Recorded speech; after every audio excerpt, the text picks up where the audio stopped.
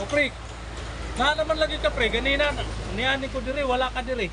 Aw, dito lagi ko gaina sa mga agoy lagi pre kay nagpalit ko og mga TV og mga washing pre og nagpa-tiles pa ko sa kong mga kusina pre og mga kuan pre. Nanangid ka sa silingan nimo. Ay wala baya pre. Kay bawo naman ka sa silingan nimo pre, nga dili gusto nga mo asinso ka. Dapat pag mo palit kag mga ingon ana, manangid ka sa silingan nimo. At saka ikaduha, magpatiles ka sa balay nimo, manangid ka sa silingan nimo. Kay bawo naman ka sa silingan nimo nga ikaw ray bantayan. Ah, pasagli. Mas gustuhin pa ang silingan nimo nga mupobrig yung kag insakto. Dapat mananghid ka sa ila. Kay ikaw rabayay bantayan sa mga silingan nimo kung sa imong binuhatan. Aw mo ba pre? Oo, mananghid ka para di masuko ingno nimo. Silingan.